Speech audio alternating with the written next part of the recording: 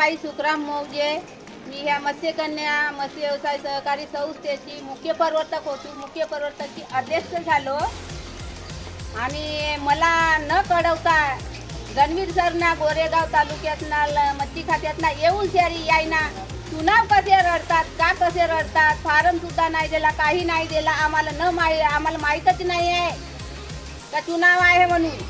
आणि यायना नाही का घरामध्ये मीटिंग घेतला काहून की त्यातनाल 2024 मध्ये रेकॉर्ड जप्त झालेला आहे, तरी पण त्याची ऑफिस नाही. त्याला किती मानवून तीन लेटर देऊन शहरी तर कोई लेटर देऊन का इलेक्शन समोर वाढवा म्हणून, तरी हा साहेब गणवीर साहेब मानून नाही राहिला आणि वरच्या अधिकाऱ्यालाही नाही समजून राहिला. आपल्याला महान समजते का आम्ही म्हणू का घेवायचं आहे तर तुला ग्रामपंचायत मध्ये घे. अरे ते हायकोर्टाकडनं आदेश आलेले ते आम्हाला पण माहिती आहे. तुमच्या बरोबर आहे सर.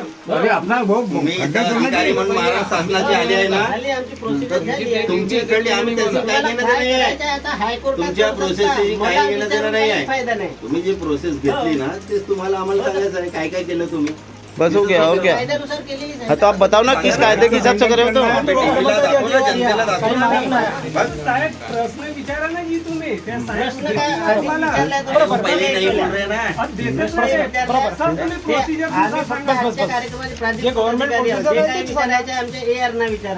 आमची प्रोसिजर मी केली काय म्हटलं तुमच्या एआर आहे का इथं नाही. बोल मग त्याला विचारायचं आम्हाला आत्ता विचारायचं ना. मला प्राधिकृत केलंय मी. आपण झालं तुम्ही प्राधिकृत अधिकारी म्हणून आले नाही तर असंच आहे ना तुमचं म्हणणं. तुम्हाला शासनाने पाठवलंय प्रोसेस शासकीय त्या नियमाने तुम्ही केलेलं आहे. आता ते पत्रकार लोक विचारणार तुम्हाला त्याचं तुम्ही उत्तर द्या. सांगितलं तरी आता काय केलं तुम्ही? अरे बाबा यांना हे दिसतंय का तुम्ही शूटिंग केलं ना मोबाईल मध्ये. ते माझी शूटिंग दाखवा ते. माझी शूटिंग आहे ना ते दाखवा माझ्याकडे. ना मग. झालं आता ना हे लोक तुम्हाला क्वेश्चन हे तर एक पत्रकार नाही. फॉर्म आले जेवढे जागा होत्या तेवढे फॉर्म आले. एकूण किती झाले सर? काय एकूण फॉर्म किती झाले म्हणतो फॉर्म 11 जमा झाले आपले. 11 झाले ना. आणि किती लोकांनी मतदान. तुम्ही तुमचे मत झालेच नाही तर मतमोजणीचे याच्यामध्ये काय समस्या आहे. तुमचा इथंच निर्णय झालेला आहे ना, तुमचा ठराव झालेला आहे ना. त्या ठराव जो प्रसिद्ध झालेला आहे त्या ठरावामध्ये कोण कोण संचालक आहेत त्यांचे नाव कळवावे ना आम्हाला. हो तर तुम्ही पद्धतशीर. इलेक्शन हमें गुमनामी में रख के दिया गया है.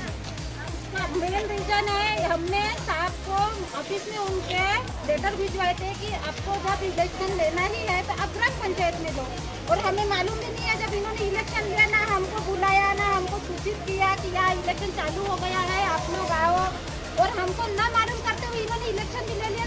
उनको यानी जो भी है उनका ये प्रोसीजर वो पूरा कर लिए. तो हमको मालूम भी नहीं जब दो पक्ष के खड़े ही नहीं होंगे तो इलेक्शन कैसे किए इन्होंने. और वो सर हमको कुछ बताने के लिए तो जगह है ना तुमको इलेक्शन लेना है लो. इलेक्शन हर इस पे होते हैं लेकिन इसका मतलब ये नहीं कि तुम घर में घुस के इलेक्शन लो. हाँ. और ये साहब ने हमको जो इलेक्शन ले रहे हैं गणवीर सर उन्होंने हमको बताया भी नहीं कि यहाँ इलेक्शन चालू हो गए तो आप आओ करके. हमको सूचित तो करना चाहिए कम से कम. इसका मतलब जब वो गोंदिया से आए, मतलब जब वो आए इधर में तो आपको इसकी कोई सूचना दी गई नहीं है? नहीं बिल्कुल भी सूचना नहीं दी. किसी भी सभासद को सूचना नहीं दी? भनक तक नहीं लगी सर हमको मालूम नहीं है. जब इनके फटाके फूट रहे इनके सब फटाके फोड़ के ये खुशियां मना रहे तब मालूम हुआ कि इनकी इलेक्शन हो गए. ऐसा इलेक्शन होता है क्या? और एक पार्टी में इलेक्शन होता तो काय के लिए बीजेपी और कांग्रेस खड़ी होती है.